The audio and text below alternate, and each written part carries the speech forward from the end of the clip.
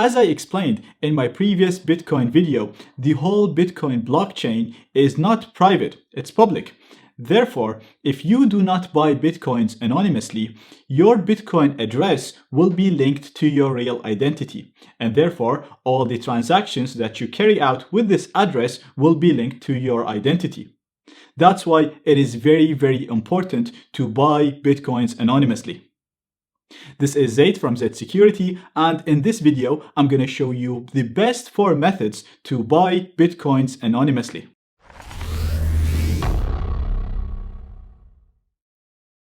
Now, there are a number of ways to buy Bitcoins, but not all of them are anonymous. So, if you send money to this address using your bank account or using a service that verifies your identity, then your identity will be linked to this address, and then any transfer you make from this address will be known and again will be traced back to your real identity. So far we're anonymous because this address is not linked to anything. Therefore, it's very, very important that you buy your Bitcoins anonymously. So the first way of doing this is to create Bitcoins yourself. And to do that, you're going to have to mine Bitcoins. So we said that there are computers right here, the yellow ones, and we call them miners. And these computers keep a copy of the blockchain, and they use their computation power to keep the blockchain working. They do this by solving mathematical problems and calculating hashes so that the blockchain functions as it should. Now, these mathematical problems and the calculations, they take a lot of computation power and a lot of electricity. Therefore, not anyone can afford to do this. But if you can afford to do it, then it is a really good way of generating Bitcoins anonymously. The next option is to use an exchange. Now, using exchanges is not anonymous because when you use an exchange, they will ask for your bank information and they will ask you to verify your identity. But we can combine using an exchange with what's known as Bitcoin tumblers or mixers. These are services that attempt to mask where the money is coming from. There is a lot of debate of how good or how anonymous this is. It adds an extra step when you're transferring the money, therefore it's a little bit complicated. And because of all of this debate, I wouldn't feel very secure or very anonymous by using this method. But this is a really good method because exchanges work all over the world. So if you couldn't get Bitcoins any other way, then you might have to use this way where you use an exchange with a tumbler or mixer.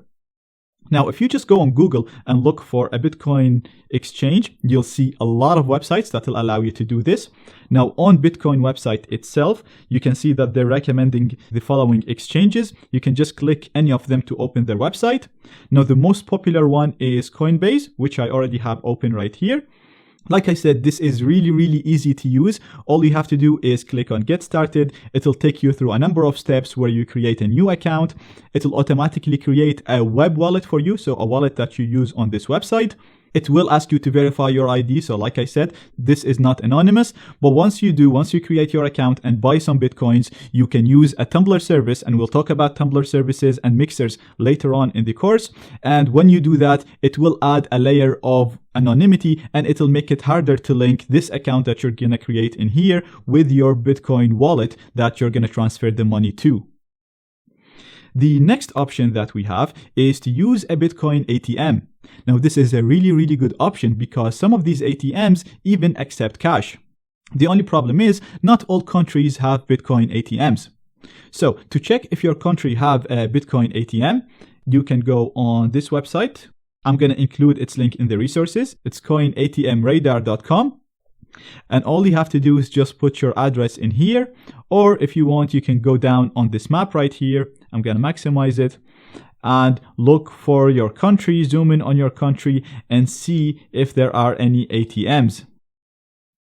Last but not least, we can use peer-to-peer services to buy Bitcoins. Now, peer-to-peer services allow us to buy Bitcoins directly from the seller. So unlike coin exchanges, there is no middleman, there is no middle institution, and if the seller is willing to give us Bitcoins using an anonymous method, such as by giving him cash, then this will be perfect.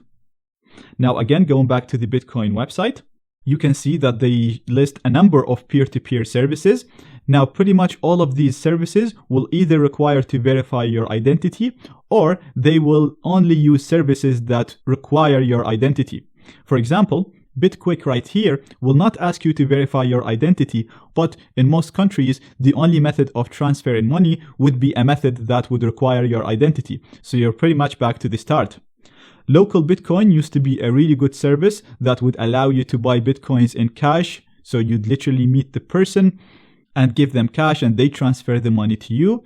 Unfortunately, recently they stopped this and you can't buy Bitcoins with cash with local Bitcoin, and they also started verifying IDs. So again, this service is not very anonymous anymore. Paxful, on the other hand, is a really good peer-to-peer service that still allows you to get Bitcoins by literally giving cash in person to the person that will give you the Bitcoins. So it's really, really good if you can find peers in your country. And I will actually cover this in future lectures.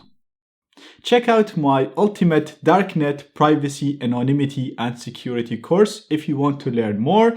And don't forget to like this video and subscribe to the channel to stay updated with the latest in cybersecurity.